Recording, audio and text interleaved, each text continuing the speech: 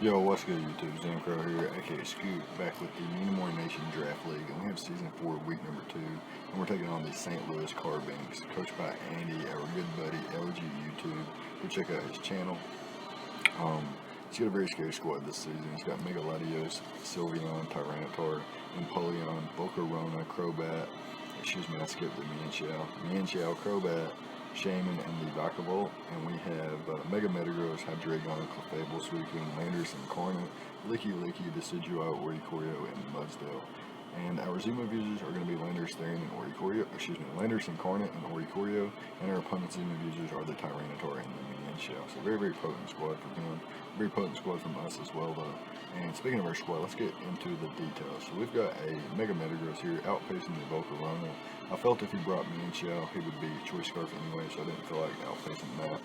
So just outpacing the Volcarona here. With our attack investment, 156 EVs with a Jolly Nature, we're able to 2-hit KO everything on the squad with our moveset, and then we have 176 defensive or HP EVs, which just allows us to better take hits from Mega Latios, Sylveon, Empoleon, and Shaman to an extent, and even the Crobat. So very, very bulky, and we have the Rock Polish there, with Meteor Mash, Earthquake, and Rock Slide being our only moves we needed. We were afforded a 4th move slot, and decided to run the Rock Polish so that we could guarantee to outpace something like Mega Latios, Choice Scarf, Mienshao, Crobat, and things like that. So hopefully it works out.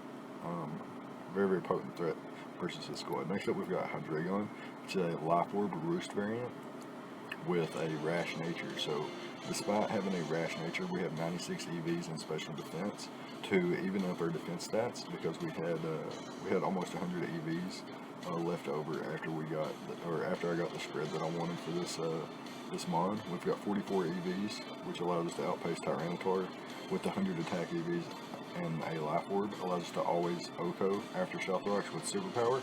And then we have 88 EVs in HP, 4 in defense.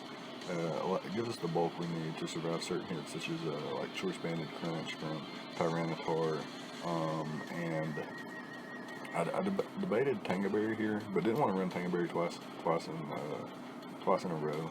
I ran it last week, didn't want to run it this week for the Volcarona as well, so I decided I wouldn't run it, and ultimately decided to bring Oricorio in the back, which we'll get into in a minute. So we got a Life Orb Hydreigon here with Dark Pulse, Flash Cannon, hits his entire team for super effective damage, and or at least neutral damage, and Roost being our last move. So really, really nice set here. Very, very offensive Hydreigon in this match. A little bit different from last week. And for Clefable, we have Moonblast, Thunderbolt, Hidden Power Rock, and Soft Boil with leftovers and the Unaware ability, so that things like Tyranitar and Volcarona don't get too out of hand.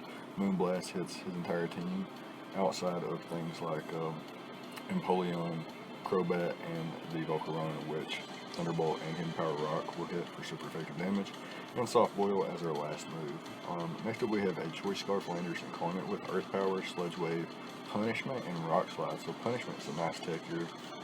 With our 192 attack EVs and our Naive Nature, we are able to OHKO a Mega Latios if it gets to +1, +2, depending on how many rounds of Stealth Rock damage it has. If it gets 1 Calm Mind up, we need 2 rounds of Stealth Rock. If it's 2 Calm Minds, we only need 1 round of Stealth Rock for Punishment to OHKO, which is a really nice tech there. And we are Choice Scarf, so we outpace a Quiver Dance Volcarona, and we have the Rock Slide to bop that thing with. So next up, we've got Oricorio Pom Pom, which is an electric fawn type like Zapdos, with Revelation Dance, Hurricane, Toxic, and Roost. Very, very defensive.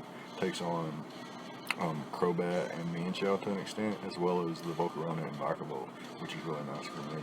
Next up, we have Mudsdale, which is a leftovers max HP, max defense variant. Switches in on the Tyranitar and Mienshao as best as possible in conjunction with my Clefable. We have Stealth Rock, Earthquake, Rock Slide, and Protect. Rock Slide is there solely for the Crobat, and I guess it hits Volcarona harder, as Earthquake hits everything else on my opponent's squad outside of the Shaman, which with the rest of my squad shouldn't be too big of an issue.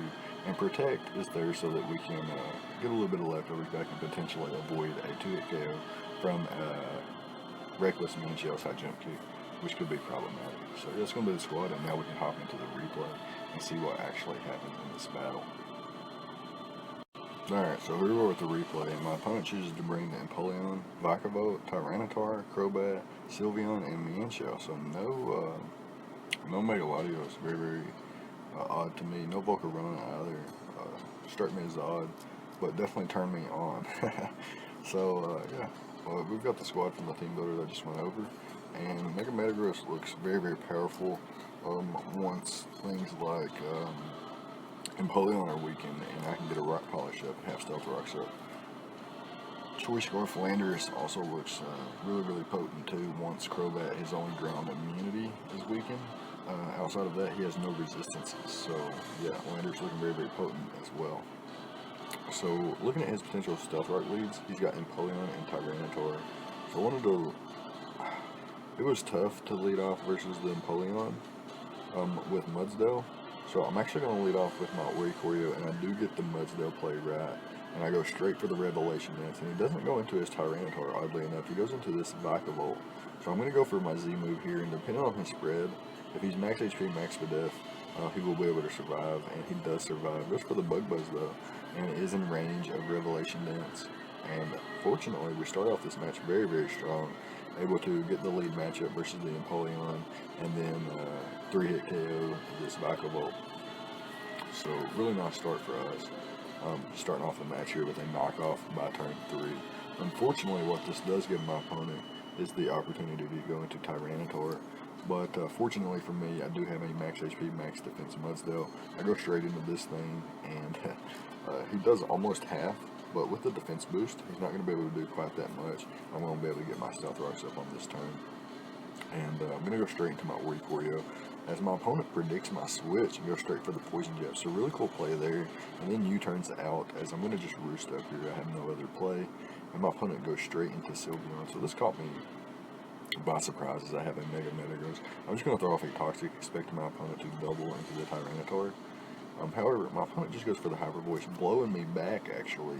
I'm going to roost up here, just wanting the Toxic damage to rack up, but my opponent reveals the Calm Mind. So this is really, really scary. So at +1/+1, I don't want Raikougars getting blown away, and my Clefable is really, really bulky, so I can take this on pretty well. With my Unaware ability, the special attack boost will not matter. And what I'm going to do here is, expecting his Empoleon to come out, I double out into my Raikougars, but my opponent makes a really good play there and just wishes up. So I'm forced into my Mega Metagross as my opponent gets the wish back. I'm just going to fire off a Meteor Mash here. No reason to over-predict or anything, just go straight for the Meteor Mash as my opponent stays in and I'm able to get the knockout. So really nice for me. Here my opponent brings in the Crobat. I'm not exactly sure why, as you can't knock me out with any one hit from this range. So I was really concerned here what he was going to go for, ultimately deciding that, hey, I'm just going to switch out here, no reason to stay in. I have a full HP Crobat, I'm just going to go out into it, and he just goes for the U-turn.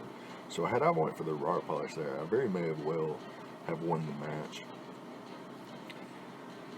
So, yeah, he does force me out, though.